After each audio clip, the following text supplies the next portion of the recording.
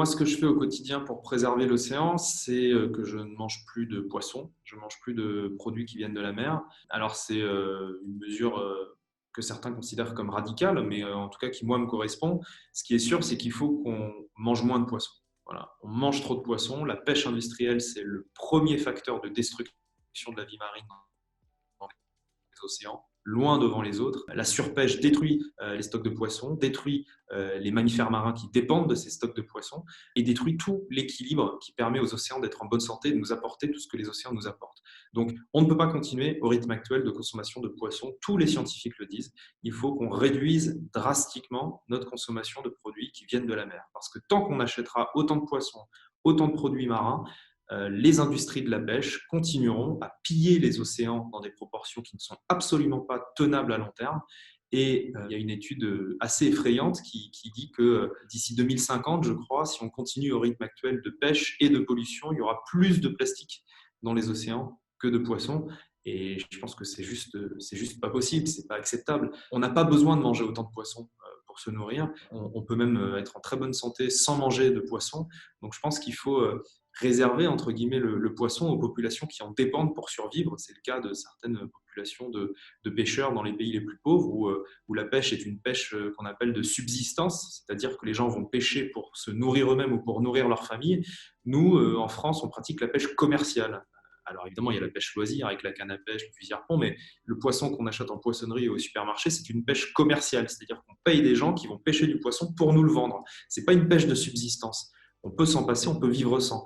Et si les gens veulent continuer à manger du poisson, et c'est leur droit, évidemment, chacun fait ce qu'il veut, il faut en tout cas en manger moins, il faut mieux le sélectionner, il faut arrêter d'acheter du poisson qui est issu de modes de pêche non sélectifs, qui détruisent tous les écosystèmes, la pêche au chalut, le chalutage de fond, la pêche à la palangre, avec des dizaines de kilomètres de ligne, avec des centaines d'hameçons qui attrapent tout ce qui passe, qui détruisent notamment les requins. Voilà, il faut qu'on soit plus exigeant sur ce qu'on achète et qu'on demande comment le poisson qui arrive dans notre assiette a été pêché.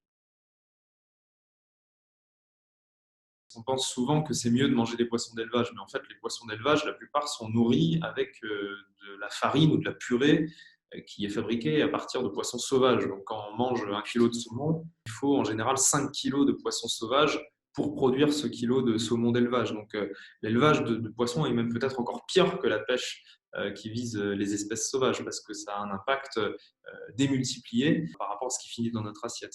Et puis, si les gens veulent continuer à manger du poisson, il y a aussi des petites techniques à retenir. Il faut éviter de manger les poissons qui sont au sommet de la chaîne alimentaire. Il faut éviter les prédateurs, il faut éviter les saumons, il faut éviter les thons. Il faut plutôt viser des petits poissons comme les sardines, les anchois. Là, on a un impact moins important sur le milieu parce qu'on tape en bas de la chaîne alimentaire et pas en haut.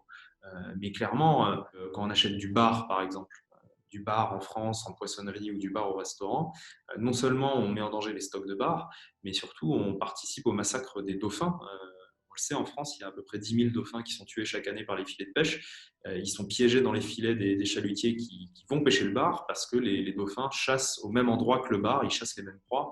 Et donc les dauphins se retrouvent piégés dans ces filets-là. Donc il y a un lien direct entre ce qu'on mange et la destruction des espèces, non seulement de poissons, mais aussi de mammifères marins. Moi, mon conseil, c'est d'identifier le secteur sur lequel on se sent capable d'agir, de ne pas forcément chercher à être irréprochable tout le temps parce que c'est quasiment impossible et c'est source de stress et de culpabilisation. Donc, il faut se dire, voilà, moi sur ça, je sens que je peux faire un effort. Sur ça, je vais avoir plus de mal, mais sur ce point particulier, je sens que je peux changer mon mode de consommation et avoir un impact. Et petit à petit, en faisant le chemin doucement mais sûrement, on arrivera à avoir un impact massif et qui pourra faire changer les choses. Mais il faut commencer maintenant et il faut pas se dire que c'est perdu, il faut pas baisser les bras, faut vraiment se battre contre soi-même parce que ce combat-là, c'est un combat contre nous-mêmes, contre notre confort, notre mode de vie. Là, on est en train de se parler sur un ordinateur d'une grande marque américaine qui est fabriquée en Asie, qui a beaucoup voyagé, qui a beaucoup pollué, qui a peut-être même exploité certains travailleurs dans des conditions qui ne sont pas acceptables.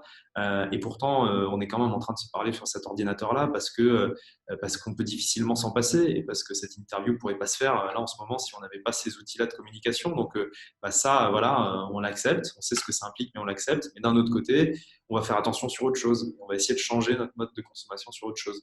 Et je pense que c'est vraiment ça qui est important. C'est pas de demander aux gens d'être parfait à tout point de vue, irréprochable, d'avoir un impact zéro, parce que ça décourage et ça donne juste envie de laisser tomber. Voilà.